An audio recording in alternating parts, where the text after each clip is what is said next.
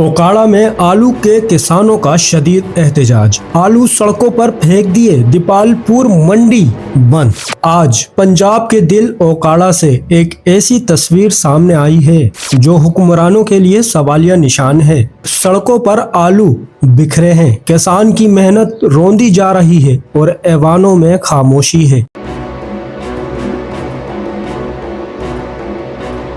ओकाड़ा में आलू के किसान सड़कों पर निकल आए। किसान आलू जमीन पर रखकर एहतजाज कर रहे हैं, नारे लगा रहे हैं और हुकूमती पॉलिसियों को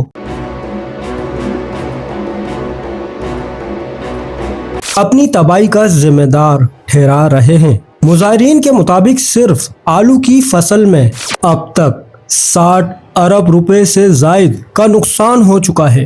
गंदम, गन्ना और मकई के बाद अब आलू के किसान माशी बर्बादी के दहाने पर खड़े हैं। दीपालपुर, जो बर्रे आजम एशिया की सबसे बड़ी आलू मंडी कहलाती है,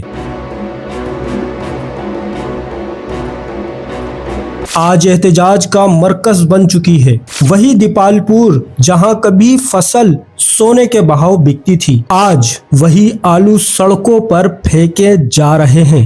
किसान सवाल कर रहा है, क्या यही इनाम हमारी मेहनत का? क्या किसान सिर्फ नुकसान उठाने के लिए ही रह गया है? हुकूमत के खिलाफ शदीद नारेबाजी जारी है, गुस्सा बढ़ता जा रहा है, लेकिन सवाल वही है, क्या किसान की आवाज ऐवानों तक पहुंचेगी या ये आलू भी बाकी फसलों की तरह खामोशी की नजर हो जाएंगे? मोअज़्ज़िज़ नाज़रीन, हो सके तो वीडियो को लाइक, शेयर और कमेंट सेक्शन में अपने इज़हार राय का हक इस्तेमाल करें।